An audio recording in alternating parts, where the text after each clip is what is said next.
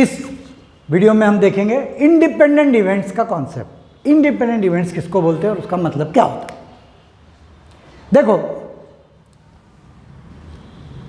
P A कोई event है किसी सैंपल स्पेस का। पी ए यानी क्या, उसके आने की संभावना। इसको प्योर प्रोबेबिलिटी या ओरिजिनल प्रोबेबिलिटी बोलते हैं। और P of A upon B, ये जो लिखते हैं हम, इसको बोलते हैं वही ए इवेंट की प्रोबेबिलिटी, लेकिन under the condition that B occurs. B आने वाला है ये मालूम पड़ गया। तुम ये ऐसा भी बोल सकते, ये पी ए यानी क्या है, इसको हम ऐसा भी समझ सकते हैं, P of A upon S, यानी ये कब की प्रोबेबिलिटी है, जब ये मालूम है कि एस में से कोई ना कोई रिजल्ट आने वाला है पूरी सैंपल स्पेस में से। और ये कब की प्रोबेबिलिटी है, जब ये मालूम पड़ गया कि एस घटकर बी हो गया, सैंपल स्पेस हमारी ये बी होगी, बी में का ही कोई ना कोई रिजल्ट आने वाला है, ये पक्का हो गया। तो अंडर दैट कंडीशन ए की जो प्रोबेबिलिटी है वो। अब यहां पर दो बातें हो सकती, ए की प्योर प्रोबेबिलिटी और ए की कंडीशनल प्रोबेबिलिटी इक्वल आ जाए। यानी इसका मतलब क्या होगा कि ए इवेंट की जो ओरिजिनल प्रोबेबिलिटी है वो, और बी आने के बाद जो उसकी प्रोबेबिलिटी आई है वो, कंडीशनल प्रोबेबिलिटी जो आई है वो दोनों सेम है। या तुम इसका ऐसा भी बोल सकते कि बी के आ जाने से ए की प्रोबेबिलिटी को कोई सर्दी गर्मी नहीं होती। हम बड़े खुश हो रहे हैं, हमको मालूम पड़ गया अब बी आने वाला है, अब बी आने वाला है, बी में का कोई ना कोई रिजल्ट आने वाला है, ये मालूम होते हुए हमने ए की प्रोबेबिलिटी निकालने को गए तो ए की वही उतनी की उतनी रही। यानी बी के ये कब की प्रोबेबिलिटी है, जब मालूम नहीं था कि बी आने वाला है तब की प्रोबेबिलिटी है। और ये कब की है, जब ये मालूम पड़ गया कि बी आने वाला है। तो बी के आ जाने से या नहीं आने से अगर ए की प्रोबेबिलिटी को कोई फर्क नहीं पड़ता है तो सीधी भाषा में हम क्या बोलेंगे, then event A is independent of B.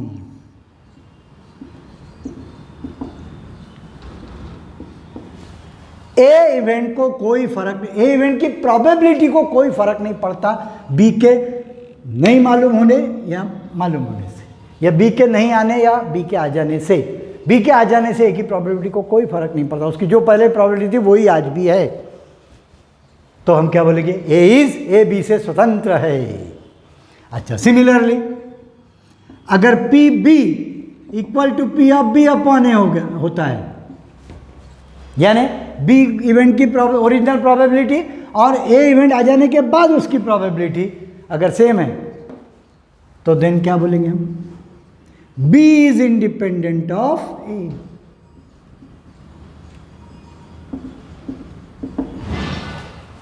ठीक है। हाँ, अब एक रिजल्ट लिख लो, एक मजेदार चीज है। If A is independent of B,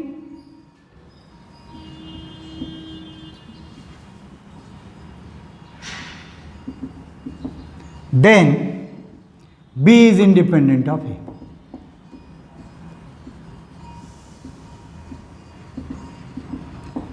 कोई भी दो इवेंट अगर ए और बी है तो अगर ए इवेंट बी से स्वतंत्र है तो बी इवेंट बी ए से स्वतंत्र रहेगा। बी के आ जाने से ए की प्रोबेबिलिटी को कोई फर्क नहीं पड़ता तो ए के आ जाने से बी की प्रोबेबिलिटी को भी कोई फर्क नहीं पड़ता। जाओ, क्यों, प्रूफ देखो। Given A is independent of B,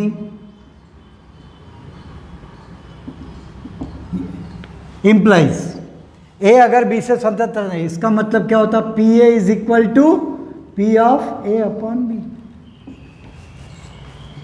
ए की प्योर प्रोबेबिलिटी और ए की कंडीशनल प्रोबेबिलिटी बी के आ जाने से सेम है। implies P A equal to, चलो अब P of A upon B का फॉर्मूला लगाओ मल्टीप्लिकेशन थ्योरम से, P of A intersection B upon P B. P B उधर मल्टीप्लाई कर दो, पी ए इधर डिवाइड कर दो, तो हम ये फार्मूले को ऐसा भी लिख सकते, पी बी इक्वल टू क्या आ जाएगा, P of A intersection B upon P A. हाँ, यानी क्या हुआ, इधर देखो, implies P B equal to, अब P of A intersection B कौन, P of B intersection A भी लिख सकते हैं, एक ही बात है, अपॉन पी ए। हम जरा मल्टीप्लिकेशन थ्योरम से बोलो बोला, इसका मतलब क्या होगा, P of B upon A होगा ना, ये P of B upon A. हाँ, यानी इसका मतलब क्या हुआ, बी की pure probability is equal to B की कंडीशनल प्रोबेबिलिटी, ए के ऑकर हो जाने से, यानी B is independent of A. तो अगर ए बी से स्वतंत्र है तो बी ए से स्वतंत्र रहेगा। कुल मिला के दोनों एक दूसरे से स्वतंत्र रहेंगे, या तो दोनों एक दूसरे से स्वतंत्र नहीं रहेंगे या रहेंगे म्यूचुअली इंडिपेंडेंट। ए और बी म्यूचुअली इंडिपेंडेंट रहेंगे। ऐसा नहीं होगा कि ए बी से स्वतंत्र है पर बी ए से स्वतंत्र नहीं है, दोनों एक दूसरे से स्वतंत्र रहेंगे। और इसी में चलते चलते एक बहुत अच्छा फार्मूला हमको मिल गया, जरा ध्यान से देखो। जब ए बी से स्वतंत्र या बी ए से स्वतंत्र है तो ये यहां पहुंचे थे हम, पी ए इधर मल्टीप्लाई कर दो, बोलो इस पर से एक रिजल्ट और आ जाता कि, उसको भी मैं थ्योरम के रूप में लिख देता हूं।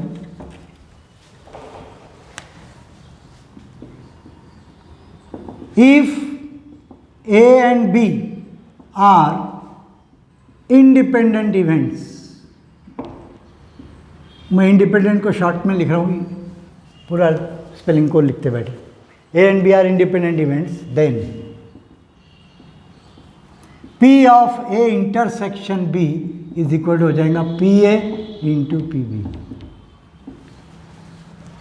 ये ध्यान दो, ये स्वतंत्रता की पहचान है, ये स्वतंत्रता की पहचान बनने वाली है प्रॉब्लम्स में। जब भी तुमको दो इवेंट इंडिपेंडेंट बताना है इसी से बताएंगे बस। अगर दो इवेंट स्वतंत्र है तो उनके इंटरसेक्शन की प्रोबेबिलिटी वाला, उनके इंटरसेक्शन वाले इवेंट की प्रोबेबिलिटी आएंगी, उनकी दोनों की प्रोबेबिलिटीज का प्रोडक्ट। यानी कई बार क्वेश्चन ऐसे भी रहते, ए और बी स्वतंत्र इवेंट है क्या, देखो तो कैसे देखेंगे, ऐसे देखेंगे, दोनों की प्रोबेबिलिटी निकालो, उनके इंटरसेक्शन की प्रोबेबिलिटी निकालो। अगर इंटरसेक्शन की प्रोबेबिलिटी और दोनों की प्रोबेबिलिटीज का प्रोडक्ट सेम आता है तो ये इवेंट्स इंडिपेंडेंट है। अब प्रूफ में कोई खास बात नहीं है, दो दो लाइन के प्रूफ रहते हैं, वही है वो।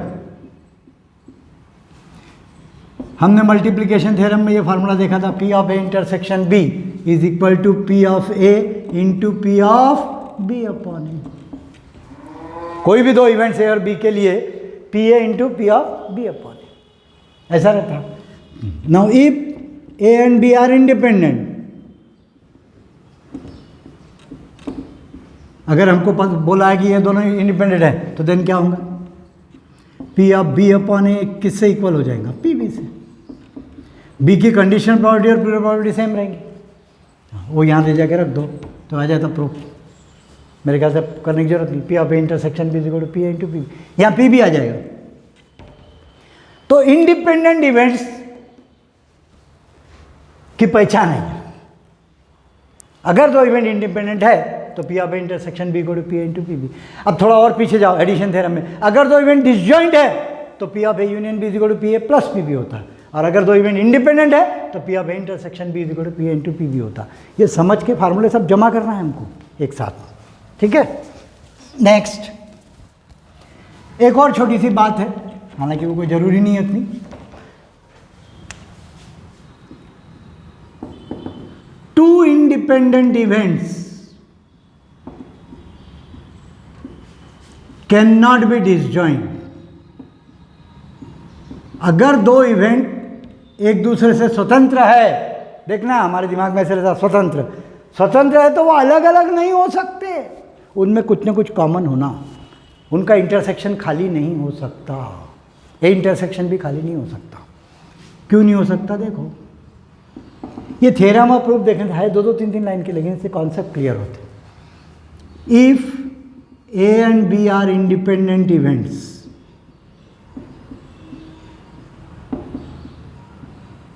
Then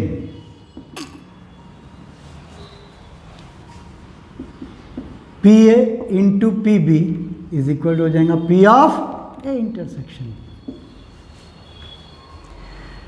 now since P A is not equal to 0, P B is not equal to 0, ये इवेंट्स है ना तो इनकी प्रोबेबिलिटी 0 तो नहीं हो सकती ना, 0 से ज़्यादा ही रहेंगी, 1 से कम रहेंगी। तो फिर बोलो बोला ये 0 नहीं है, ये 0 नहीं है, तो implies P of A intersection B is not equal to 0। और अब P of A intersection B 0 नहीं है तो इसका मतलब N of A intersection B is not equal to 0, क्योंकि P of A intersection B यानी क्या होता है, एन ऑफ ए, लगे तो और लिख दो एक step, N of A intersection B upon N S is not equal to 0, यानी N of A intersection B is not equal to 0, यानी ए इंटरसेक्शन बी में कम से कम एक सैंपल पॉइंट अवश्य है, यानी A intersection B contains at least one sample point. इसका मतलब A and B can not be disjoint, या ऐसा भी बोल सकते हैं डिसजॉइंट इवेंट इंडिपेंडेंट नहीं रह सकते, ऐसा भी बोल सकते हैं ना, अगर दो इवेंट डिसजॉइंट है तो वो इंडिपेंडेंट नहीं रह सकते। तो ये इंडिपेंडेंट इवेंट का डिसजॉइंट से कनेक्शन। अब ये सब बातों का हम एक काम करते हैं, एक लिस्ट बना लेते हैं, सारे फार्मूले जमा कर लो उसमें। ये फार्मूले जमा कर लोगे तो बहुत यानी प्रॉब्लम में बहुत काम में आते हैं। तो मैं इसको ऐसा नाम दे देता हूँ useful list. Right from beginning शुरू करते हैं। Number 1, P of A equal to N A upon N S. Number 2, P of A union B is equal to P A plus P B minus P of A intersection B. Formula number 3, P of A union B is equal to P A plus P B. बस कब? If A and B are disjoint या exclusive. तुम चाहो तो एक चौथा formula और add कर सकते जरूरत हो तो। 3 इवेंट्स का यूनियन रहा मानो, P of A union B union C, बहुत बड़ा फार्मूला आता, P A plus P B plus P C. हाँ, सीधा सीधा तीनों की प्रॉपर्टीज का एडिशन, और फिर माइनस माइनस माइनस क्या करना है, दो का इंटरसेक्शन लेके उनकी प्रॉपर्टी माइनस करते जाओ। Minus P of A intersection B minus P of B intersection C minus P of C intersection A और plus P of A intersection B intersection C. ये ख्याल रखना।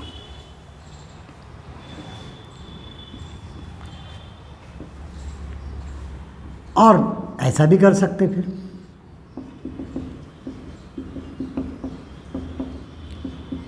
करो ना जमा, क्या उसमें P of A union B union C will be P A plus P B plus P C. कब?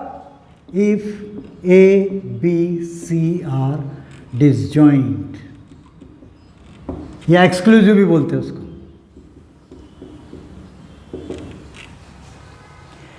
ये साथ साथ में वेन डायग्राम इमेजिन करो, सैंपल स्पेस, उसके अंदर ए बी सी गोले गोले में। डिसजॉइंट है तो दोनों गोले अलग अलग करो, तीनों डिसजॉइंट है तो 3 गोले अलग करो।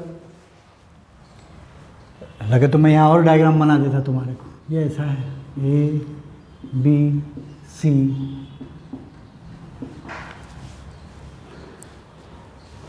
ये डिसजॉइंट नहीं है, ये मैंने ऐसे ही बना दिया। डिसजॉइंट बना तो तीनों अलग अलग हो जाएंगे। उसके बाद P of A complement is equal to 1 minus P of A. इसका यूज कैसे करते हैं हम? किसी चीज के नहीं की होने की probability is equal to 1 minus उस इवेंट के होने की प्रोबेबिलिटी। 1 में से अगर किसी चीज़ के होने की प्रोबेबिलिटी घटाओ तो उस चीज़ के नहीं होने की प्रोबेबिलिटी आती। ये हम करते रहते। जैसे मान लो पानी आने की संभावना 1/3 है, तो पानी नहीं आने की संभावना क्या होंगी? 1 माइनस 1/3, 2/3।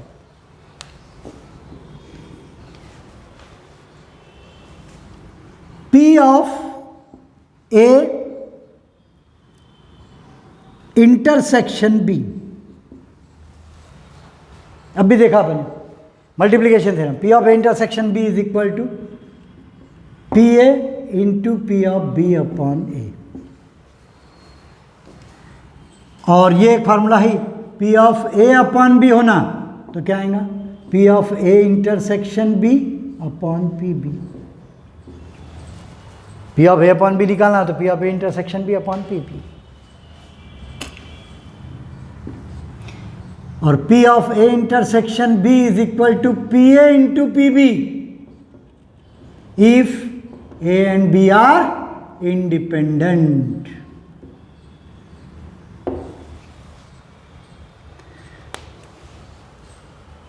जरा नीचे कर देता, एक बच्चा एक साथ लिस्ट हो जाएगी, एक साथ लिस्ट हो जाएगी। फिर P of A intersection B complement, देखना P of A intersection B complement. अब इसके लिए एक काम करो, थोड़ा यहाँ एक डायग्राम देखो बोला। यस, ये भी ये होता A इंटरसेक्शन B कॉम्प्लीमेंट। इसका मतलब क्या होता, ये तो मैं इसको लाल से कर देता हूं।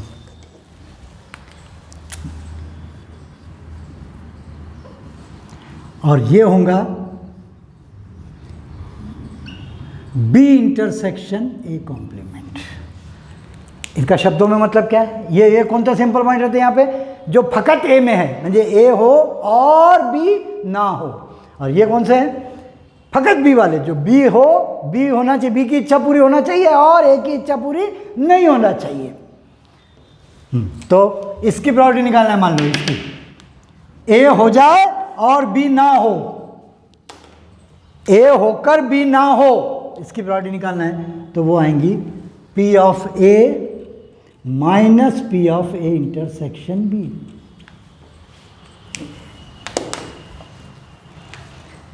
हमको अगर इसकी प्रॉपर्टी निकालना है तो वो आएंगी, इसकी प्रोबेबिलिटी में से इंटरसेक्शन की प्रोबेबिलिटी निकाल देना, इंटरसेक्शन को काट देना। और उसी प्रकार फिर बोलो, अगर मान लो मेरे को P of B intersection A complement निकालना है, B हो और A ना हो, फकत B हो, इसका मतलब सिर्फ B होना चाहिए, B हो और A ना हो, तो उसकी आएंगी P of B minus P of A intersection B। तुम इजीली इसको चेक कर सकते, कोई खास बात नहीं है। अल्फा बीटा गामा लेके जो अपन प्रूव करते वैसे इसके भी प्रूव कर सकते। तो इस प्रकार इतने फार्मूले हैं, वैसे और भी इस पर से फार्मूले बन सकते, जैसे कैसे बन सकते और फार्मूले मैं थोड़े सा इसके रिजल्ट यहाँ बता देता हूँ तुमको। हालांकि मेन यही है। अब जैसे मान लो पेपर में ऐसा रहा, A upon B complement, B complement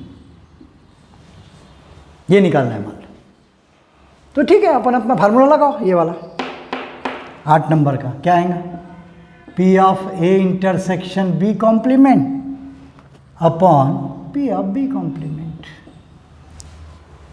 ये वाले फार्मूले से।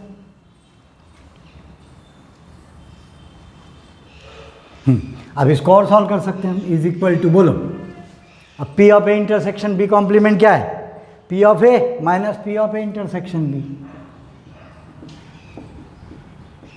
Upon P of B complement क्या आएगा, 1 माइनस PP। तो ऐसे ये फार्मूलों का मिक्सिंग करके कोई भी फार्मूले बना सकते हैं। तो ऐसा कुछ भी पूछा तो ये हम कर सकते। हाँ, अब एक और रिजल्ट में लिखना रह गया, इसमें लिख देते हम 13 नंबर का, इसको मैं मिटा देता हूँ। बस लिस्ट तो यही है, ये कॉन्सेप्ट याद रखो कि अगर A और B एक रिजल्ट के रूप में लिख लेते हैं उसको हम, फार्मूलों की लिस्ट तो यही है, इससे तुम न्यूमेरिकल प्रॉब्लम्स कर सकते। जनरली का प्रॉब्लम ऐसा आता, एक इवेंट की प्रॉपर्टी दे देते, दूसरे की दे देते, किसी के कॉम्प्लीमेंट की दे देते, और फिर उस पर से बाकी ये सब प्रोबेबिलिटी पूछते। तो एक और रिजल्ट लिख लो कि if A and B are independent events, मान लो A और B इंडिपेंडेंट इवेंट्स है, तो then A complement and B complement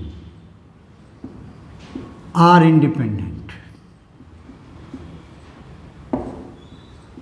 B A complement and B are independent, C A and B complement are independent. तुम ऐसा भी बोल सकते हैं कि कॉम्प्लीमेंट लेने से इंडिपेंडेंस को कोई फर्क नहीं पड़ता। तो ये भी रिजल्ट याद रखो। तो इस प्रकार अगर करोगे तो प्रोबेबिलिटी के बहुत से प्रॉब्लम न्यूमेरिकल वाले भी सॉल्व होते हैं, और वर्ड प्रॉब्लम तो खैर सॉल्व करना ही है। ठीक है, ओके, थैंक यू।